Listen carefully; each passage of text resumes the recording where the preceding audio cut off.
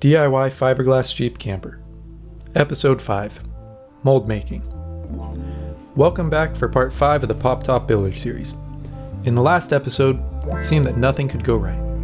The perfected plug was ready to go when a mix-up in mold release products and gel coat spraying brought things to a dead stop.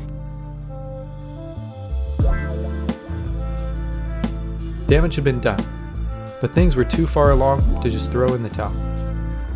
With nowhere else to turn, the build went into overtime to pick itself back up.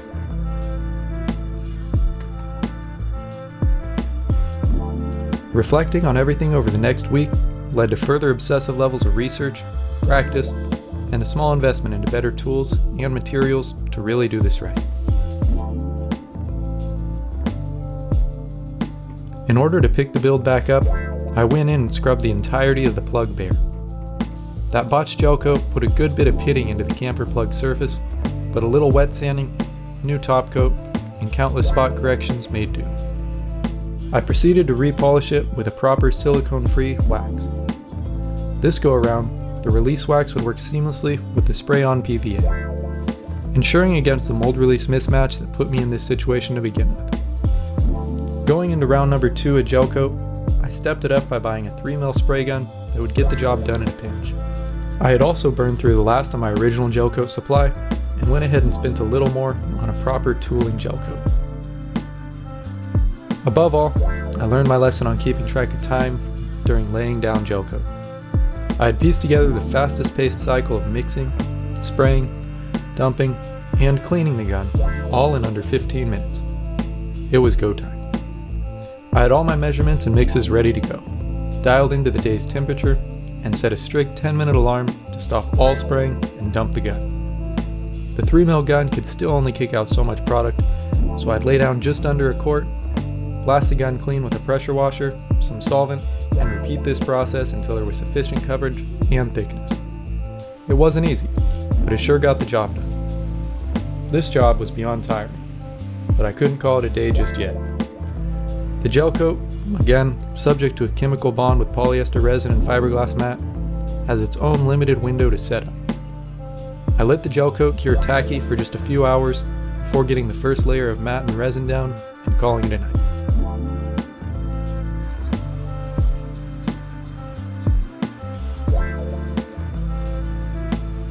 The mat went on quite well, but brought another learning curve we can get into another time. For now, it's been a long day of progress, and we could sure use a recharge.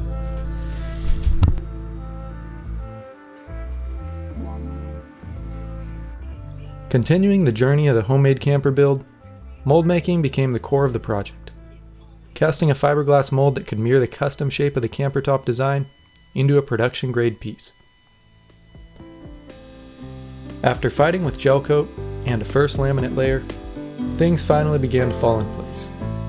Still, as a continuous learning curve, a few last fixes came into play before moving into the next ply of fiberglass.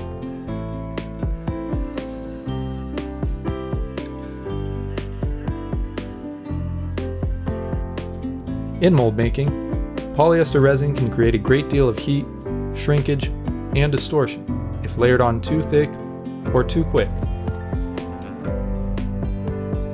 I'd hand lay a second ply of fiberglass, give it a few hours to set, and return with another layer of resin, mat, and repeat into the coming days.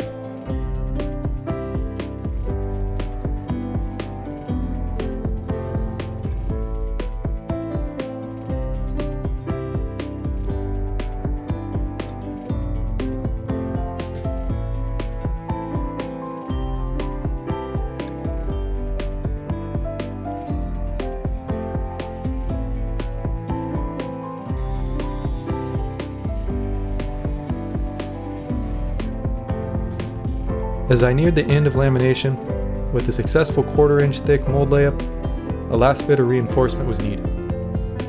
A steel tube frame was needed to lock things in place for good. A quick design made do. A little bending, cutting,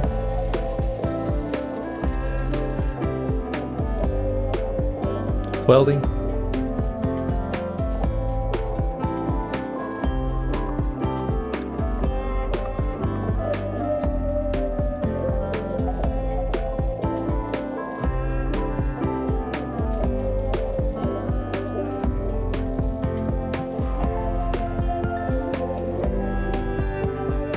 securing the frame in place, and we were good to go.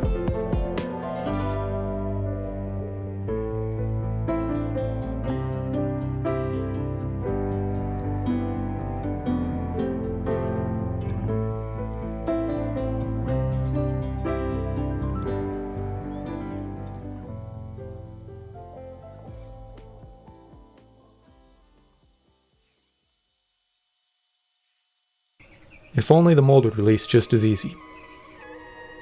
I hate to sound like a broken record, but as it turned out again, my mold release technique could still use a bit of work. This seemingly complete mold taunted me as it refused to lit up from the workpiece below. A bit of elbow grease ought to do it. Nope.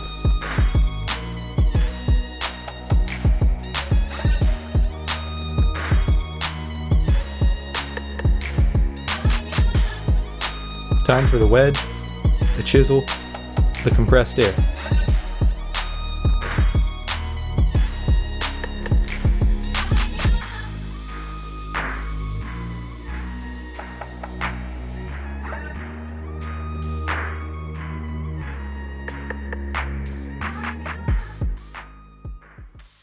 And finally, the aha moment.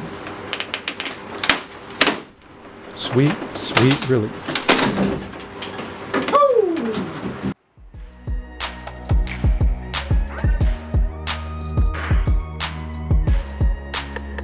A few setbacks more, because why not? And we had a fruitful product of all this work. Halfway there anyhow.